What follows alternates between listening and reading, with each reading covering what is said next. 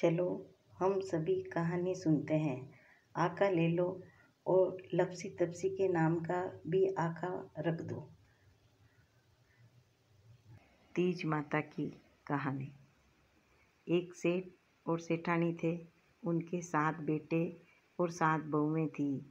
6 बहुओं के पीहर से तीज पर पिंडे, कपड़े, गहने आते थे। छोटी बहू के पीहर में कोई नहीं था। वो ये सब देखकर उदास हो जाती और मन में सोचती कि मेरे पीहर होता तो मेरे लिए भी सातू के पिंडे आते। उसे उदास देखकर उसका पति सातू का पिंडा बनाने एक बनिए की दुकान में घुस गया और रात में बनिए की दुकान से चने की दाल ली और उसे पीसा, शक्कर पीसी, घी मिलाकर सातू बनाने लगा।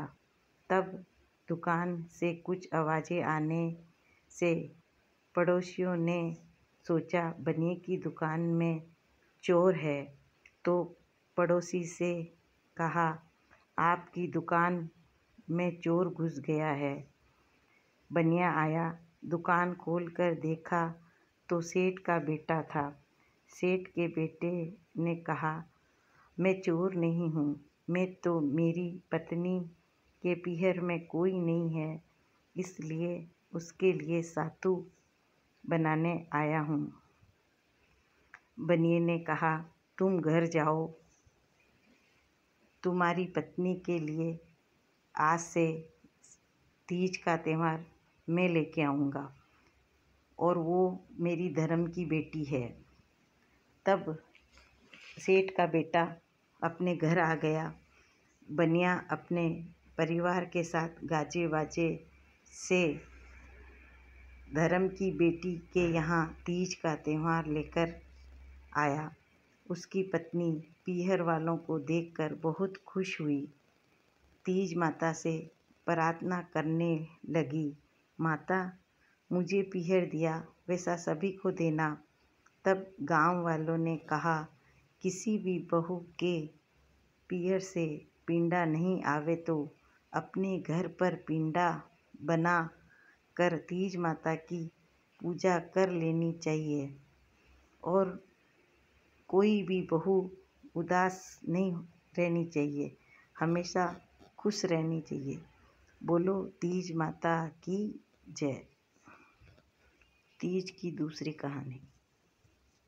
एक सेठ था, उसके 4 बेटे थे और 4 बहुएं थी।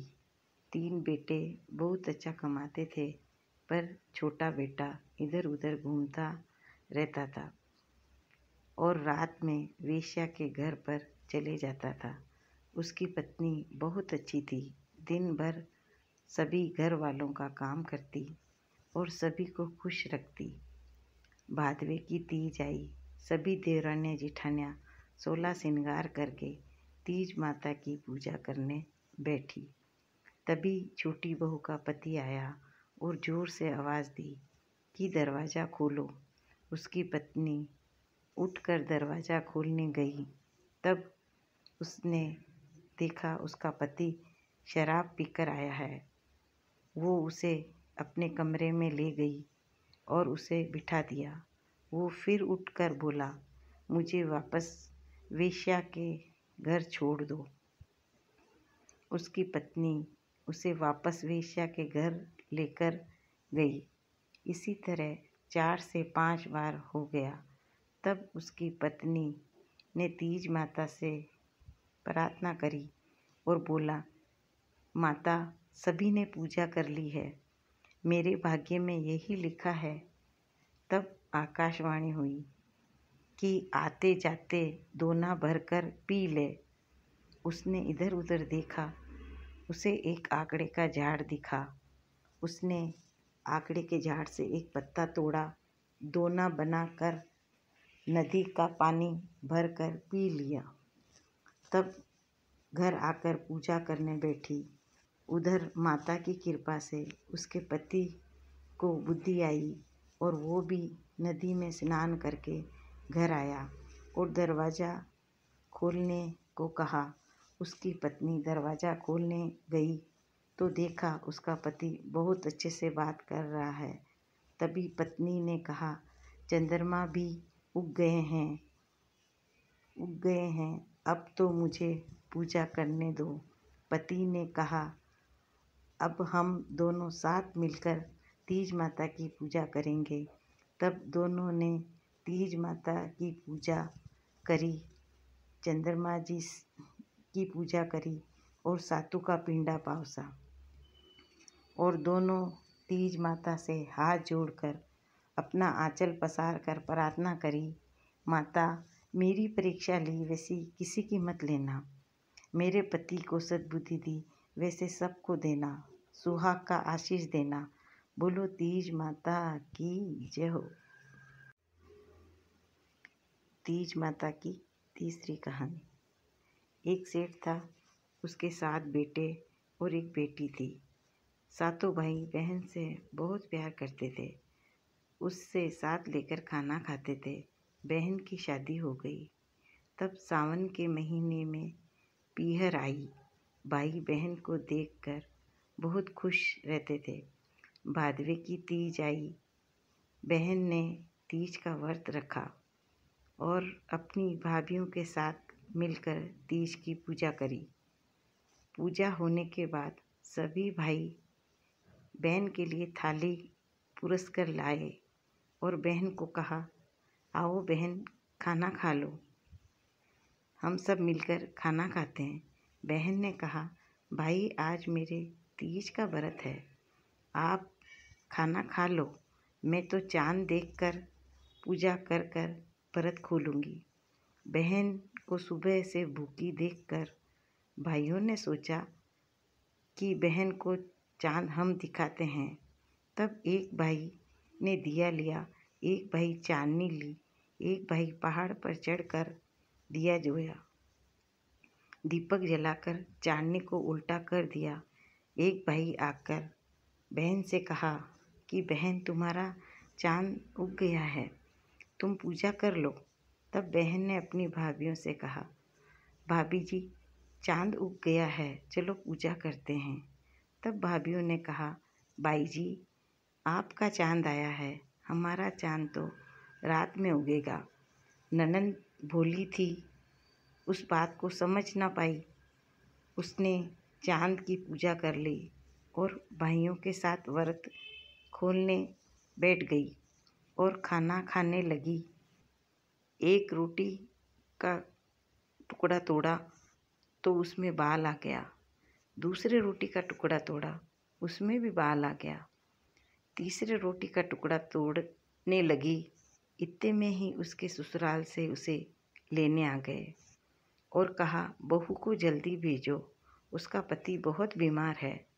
तब बेटी की माँ ने उसे ससुराल भेजने की तैयारी करना शुरू किया।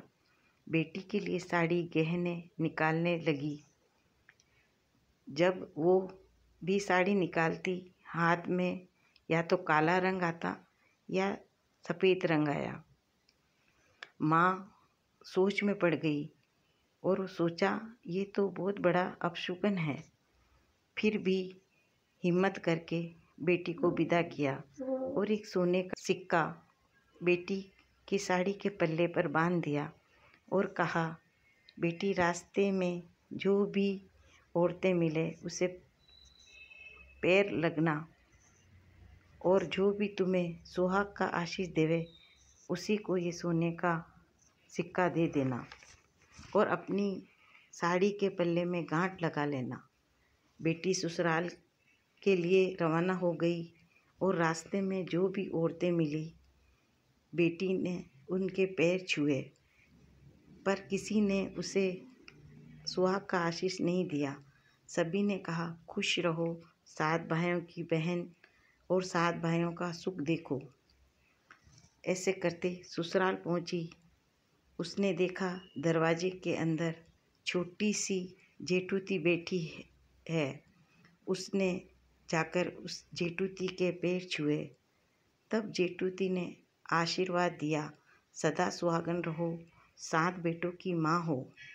तब उसने अपनी साड़ी के पल्ले से सोने का सिक्का निकाला और जेठूती को दे दिया और साड़ी के पल्ले पर गांठ लगा ली। घर के अंदर जाकर देखा कि उसका पति तो मर गया है। सासू आई और कहा, उधर जाकर बैठ जाओ। वो वहाँ जाकर बैठ गई। पति को मरा देखकर जोर जोर से रोने लगी। उसी टाइम गांव के लोग आकर उसके पति को ले जाने लगे। तब बहू बोली, मैं अपने पति की सेवा करूंगी और उसे आप लोगों को ले जाने नहीं दूंगी। तब लोगों ने कहा और घर वालों ने उसे बहुत समझाया, पर वो मानी नहीं और कहा, गांव के बाहर एक झोपड़ी बना दो, मैं और मेरा पति दोनों साथ उस झोपड़ी में रहेंगे। तब लोगों ने कहा, ठीक है, 2-3 दिन में अपने आप ही समझ जाएगी। और घर वालों ने झोपड़ी बनवा दी। उसके पति को वहाँ सुला दिया और सब लोग अपने अपने घर चले गए। तब वो अपने पति की सेवा करने लगी। उसे रोज़ स्नान कराना, अच्छे कपड़े पहनाना, पूजा करती और उनके साथ रहने लगी। घर वाले उसके लिए एक लड़की के साथ उसका खाना पानी भेज देते। इसी तरह 1 महीना पूरा हुआ। तीज का दिन आया। उसने तीज माता का व्रत रखा और तीज माता की पूजा करी और माता से कहा, माता मेरे पति को जीवन दान दो, मेरी गलती क्षमा करो। तीज माता बोली, कार्तिक की तीज मेरे से बड़ी है, वो तुमको सुहाग देगी।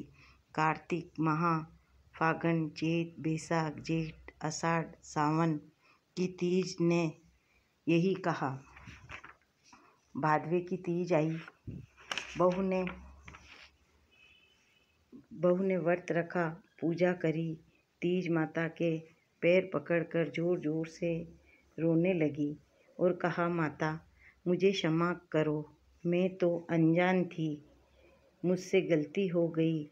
इस बिगड़ी बात को आप सुधारो, मेरे पति को जीवन दान दो। पत्नी के बार बार माफ़ी मांगने से तीज माता खुश हुई और आँखों से काजल निकाला, नाखून से मेहंदी निकाली, टिक्की में से रोली निकाली और चुटली अंगली से रोली का छाटा उसके पति पर दिया। उसका पति जिंदा हो गया और जिंदा देखकर पत्नी बहुत खुश हुई और पति पत्नी ने मिलकर तीज माता की पूजा करी और व्रत खोला। दूसरे दिन लड़की खाना लेकर आई तो देखा दोनों पति पत्नी चौपड़ खेल रहे हैं। तब पत्नी ने उस लड़की से कहा कि घर जाकर मेरे परिवार से कहो कि हम दोनों को गाजा बाजा से लेने आवे। लड़की भागकर घर गई तो सेठानी ने लड़की से पूछा, खाना देकर आ गई? मेरी बहू क्या कर रही थी? तब लड़की ने बताया कि आपका बेटा जिंदा हो गया है, दोनों चौपड़ खेल रहे हैं और आप सबको गाजा बाजा से उन दोनों को लेने के लिए बुलाया है। सेठानी बहुत खुश हुई और पूरे परिवार को लेकर गाजे बाजे से गई। बेटे बहू को देखकर बहू से पूछा कि यह कैसे हुआ?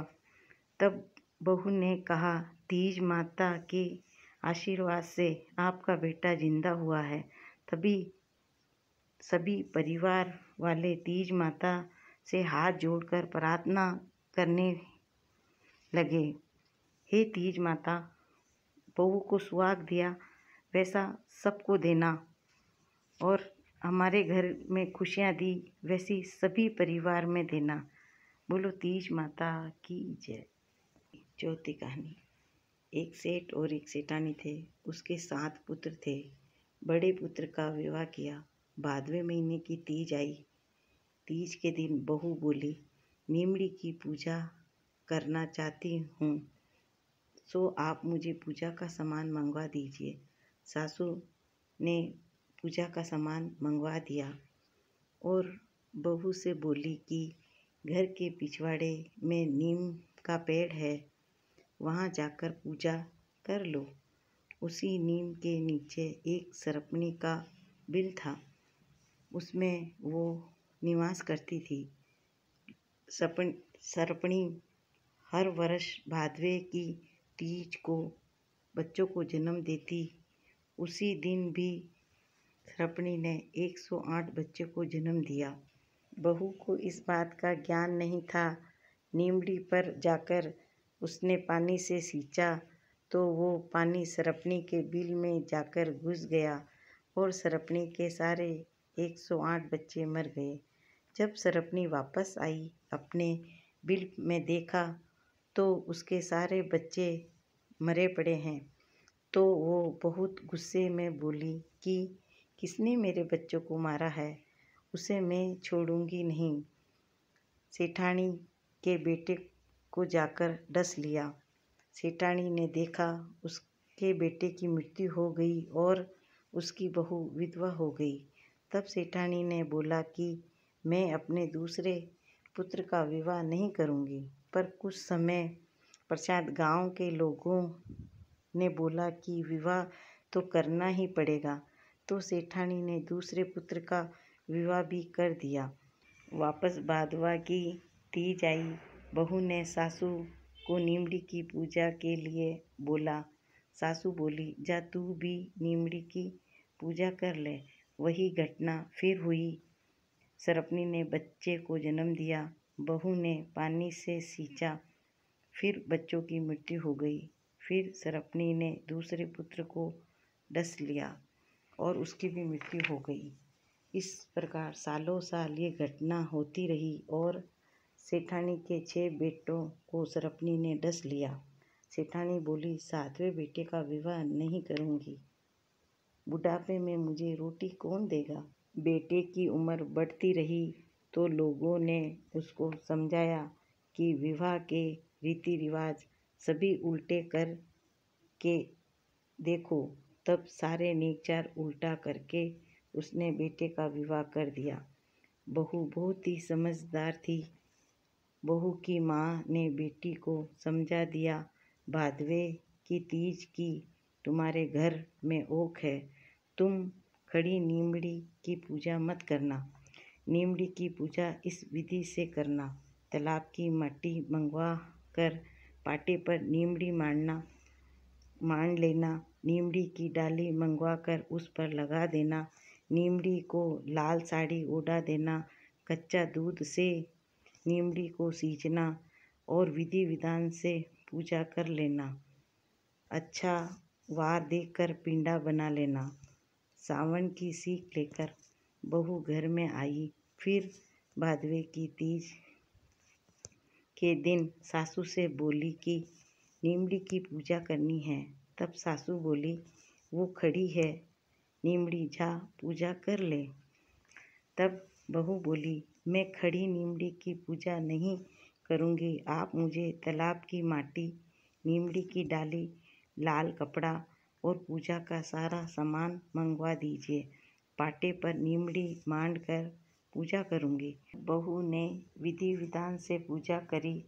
उधर सरपनी आई और बच्चों को जीवित देखकर बहुत प्रसन्न हुई।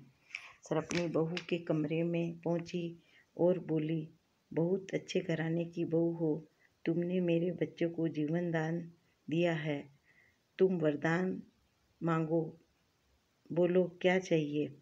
बहू बोली, जो मैं मांगूंगी आप मुझे दोगे। तब सरपनी ने वचन दिया, जो तुम मांगोगी वो मिलेगा। तब बहू ने कहा, मेरे 6 जेठ को जिंदा कर दो।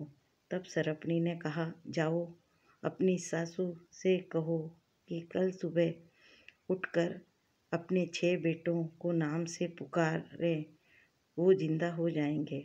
बहू ने सासू जी को सारी बात बताई। तब सासू जी ने सुबह उठकर अपने सारे बेटे को नाम से पुकार कर बुलाया। सारे बेटा जिंदा होकर माँ को प्रणाम करने लगे। सासू बहुत बहू से खुश हुई और बहू के पैर छूने लगी। तब बहू ने कहा, सास भी कभी बहू के पैर छूती है क्या? आपके पैर मैं छूती हूँ और आप नीमड़ी माता के पैर छुओ। सास बहू दोनों ने नीमड़ी माता के पैर छुए और पूरे परिवार के साथ तीज माता की पूजा करी। सास हाथ जोड़कर नीमड़ी माता से कहा, माता मेरी बहू की परीक्षा ली, वैसे किसी की मत लेना। मेरी बहू को सुहाग दिया, वैसे सबको देना, पूरे परिवार को देना। कहानी कहने वाले, सुनने वाले और उनके परिवार को भी देना। गणेश जी की कहानी। एक माँ बेटी थी। भादवे के महीने में गणेश जी का मेला लगता था। बेटी माँ से बोली, मुझे मेले में जाना है। माँ ने कहा, मेले में बहुत भीड़ होती है, तुम छोटी हो, मेले में खो जाओगी। पर बेटी जिद्दी करने लगी तो माँ ने पूछा कि तुम्हें गणेश जी से क्या चाहिए? बेटी बोली, माँ मेरे पास सब है, पर एक छोटा सा भाई नहीं है, मुझे छोटा सा भाई चाहिए। उसकी माँ ने अपनी पड़ोसन के साथ उसको हाथ में 2 लड्डू देके मेले में भेज दिया। मेले में भीड़ बहुत होने से पड़ोसन से उसका हाथ छूट गया और लड़की बिछड़ गई। पड़ोसन तो मेले से वापस घर आ गई, पर लड़की नहीं आई। वो तो गणेश जी के मंदिर में जाकर बैठ गई और गणेश जी से कहने लगी कि आप मुझे एक छोटा सा भाई दे दो, मैं आपको 2 लड्डू दूंगी, और प्रार्थना करने लगी। उसकी प्रार्थना सुनकर और हाथ में लड्डू देखकर गणेश जी खुश हुए और उसे छोटा भाई दे दिया। वो भाई को गोद में लेकर छम छम करती घर आ गई। उसकी माँ ने पूछा, बेटी ये छोटा सा भाई कहाँ से लाई हो? बेटी ने कहा, मुझे गणेश जी ने दिया है। तब माँ और बेटी दोनों मिलकर गणेश जी को प्रार्थना करने लगे, हे गणेश भगवान, जैसा मेरी बेटी को भाई दिया वैसे सबको देना और सबके घर में खुशियाँ देना। लपसी और तपसी की कहानी। एक लपसी था और एक तपसी था। लपसी 1.25 किलो की लापसी बनाकर भगवान के भोग लगाकर थाली हिलाकर लापसी खा लेता। तपसी भगवान की माला फेरता और कभी कभी आंखें खोल कर इधर उधर देख लेता था। इसी तरह करते करते बहुत साल हो गए।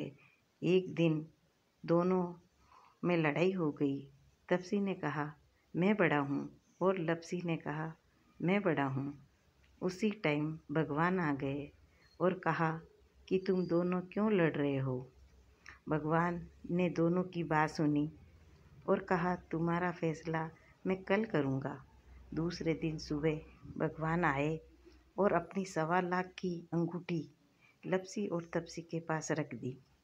लपसी अपनी लापसी बना रहा था, भगवान के भोग लगा के खा रहा था। उसी टाइम तपसी आंखें खोली और खोल कर देखा कि 1.25 लाख की अंगूठी पड़ी है, और उसने अपने पैर के नीचे छिपा ली और वापस माला करने बैठ गया। भगवान आए। दोनों ने भगवान से पूछा, भगवान अब बताओ कौन बड़ा है? तब भगवान ने कहा, लपसी बड़ा है। तपसी ने कहा, भगवान इतने सालों से मैं आपकी तपस्या कर रहा हूँ। भगवान ने कहा, तुम्हारी तपस्या अधूरी है। तपसी बोला, कैसे? तब भगवान ने उसे कहा, तुम्हारा पैर ऊपर करो। तपसी पैर ऊपर किया और पैर के नीचे 1.25 लाख की अंगूठी थी। भगवान ने कहा कि तुम्हारे मन में पाप आ गया है, इसलिए तुम्हारी तपस्या अधूरी है। तपसी ने भगवान को कहा, इतने साल तपस्या करी, कुछ तो फल मुझे दो भगवान। भगवान ने कहा, क्या चाहिए? तब तपसी ने कहा, कार्तिक स्नान करने वाली और व्रत करती औरतों के व्रत का आधा फल मुझे मिले। तब भगवान ने कहा कि औरतें बहुत कष्ट से अपना व्रत करती है। मैं तुमको कहता हूँ, जो औरत सभी कहानी कथा कहने के बाद तुम्हारी कहानी कहेगी तो उनके व्रत का फल उन्हीं को मिलेगा। और तुम्हारी कहानी नहीं कहेगी तो आधा फल तुम्हें मिलेगा। जो औरतें घर की सफाई कर घर के बाहर की सफाई नहीं करेगी तो आधा फल तुम्हें मिलेगा। ब्राह्मण को भोजन करवाकर दक्षिणा नहीं देगी तो आधा फल तुम्हें मिलेगा। हम सब ने लपसी तपसी की कहानी कह दी। भगवान हमारी कहानी और व्रत का फल हमें ही देना। बोलो लपसी तपसी की जय। सभी कहानियाँ पूरी हुई। अब आप तीज माता की आरती करें, परिक्रमा करें और तीज माता से अब आप नीमड़ी माता की आरती करें, माता को भोग लगाएं, परिक्रमा करें, माता से सुहाग का आशीर्वाद मांगें और अपने बड़ों को प्रणाम करें।